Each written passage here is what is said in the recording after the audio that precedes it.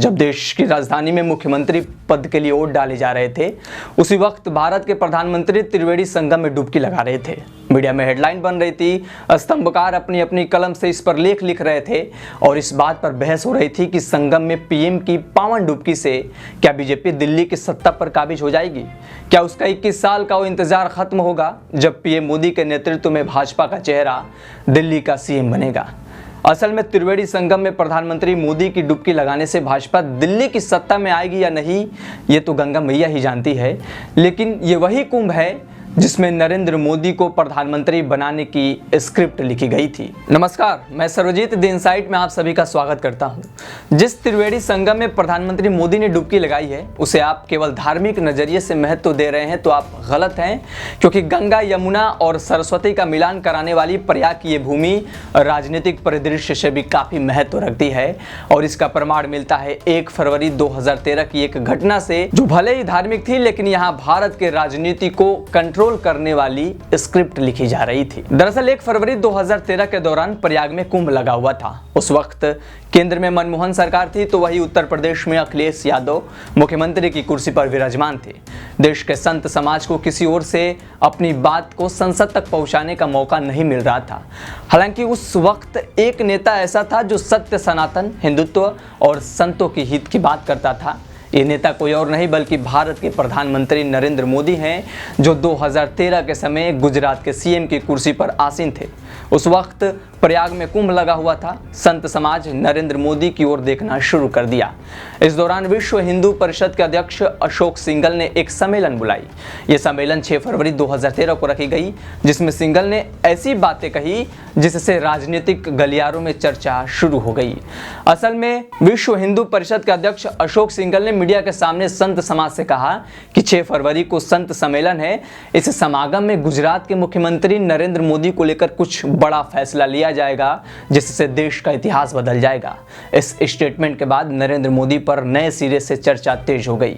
6 फरवरी से ठीक 2 दिन पहले यानी 4 फरवरी को अशोक सिंघल ने साधु संतों के साथ एक मीटिंग की। इसमें बाबा रामदेव के साथ शंकराचार्य जयेंद्र सरस्वती, शंकराचार्य वासुदेवानंद सरस्वती, जगत गुरु स्वामी वासुदेवाचार्य और आचार्य गोविंद गिरी जैसे प्रमुख संत शामिल हुए।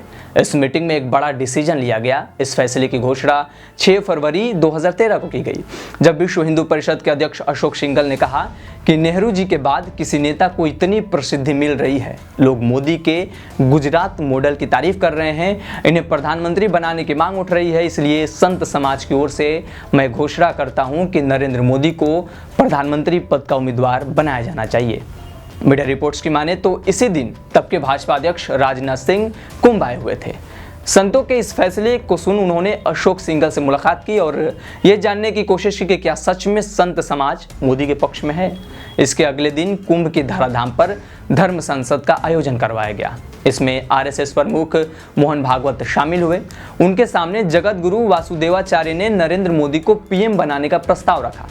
इस प्रस्ताव का संत समाज ने चिमटा बजाकर समर्थन किया। इसके बाद मोहन भागवत भी इस नाम पर सहमत हो गए। हालांकि जब पत्रकारों ने पीएम पद की उम्मीदवारी को लेकर उनसे सवाल पूछा, तब भागवत ये कहते हुए साइडलाइन हो गए कि मोदी मेरे अच्छे दोस्त हैं, मैं राजनीतिक इंसान नहीं हूं। इसके बाद मीडिया के कैमरे नरेंद्र मोदी की ओर घूम गए। नतीजा ये हुआ कि 12 फरवरी को कुंभ में आगमन से जुड़े कार्यक्रम को बतौर सीएम मोदी को कैंसिल करना पड़ा। हालांकि संतों की इस मीटिंग के करीब 5 महीने बाद गोवा में बीजेपी राष्ट्रीय कार्यकारिणी की बैठक हुई। इस बैठक के अंतिम दिन तत्कालीन भाजपा अध्यक्ष राजनाथ सिंह ने कहा कि केंद्रीय स्तर पर एक सेंट्रल कैंपेन कमेटी बनाई जाएगी, जिसका चेयरमैन मैं नरेंद्र मोदी को घोषित करता हूं।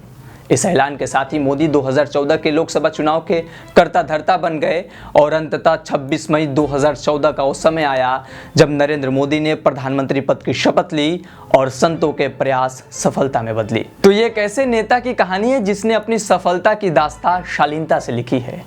आप अधिकतर नरेंद्र मोदी के विचार को हिंदुत्व के पक्ष में देखते होंगे। असल में जिस इंसान को प्रधानमंत्री बनाने के लिए संतों ने सम्मेलन किया, वो इंसान उस संत समाज का साथ देकर गलत नहीं बल्कि उनका आभार प्रकट कर रहा है।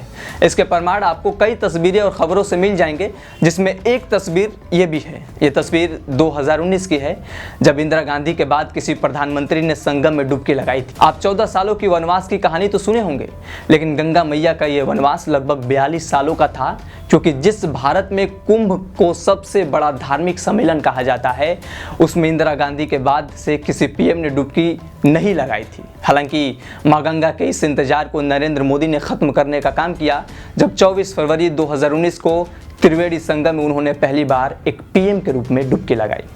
तो ये एक संत सम्मेलन की कहानी है जिसे पूरी दुनिया महाकुंभ कहती है, और ये वही महाकुंभ है जिसमें होने वाले संत सम्मेलनों से कौन होगा भारत का प्रधानमंत्री की लेख में बड़ी भूमिका होती है। बहरहाल, क्या सोचते हैं आप महाकुंभ से जुड़े इस राजनीतिक किस्से को लेकर? कमेंट बॉक्स में ज़रूर बताएं, और ऐसे ही राजनीतिक परिदृश्य और किस्से कहानियों के लिए बने रहिए द इनसाइड के साथ।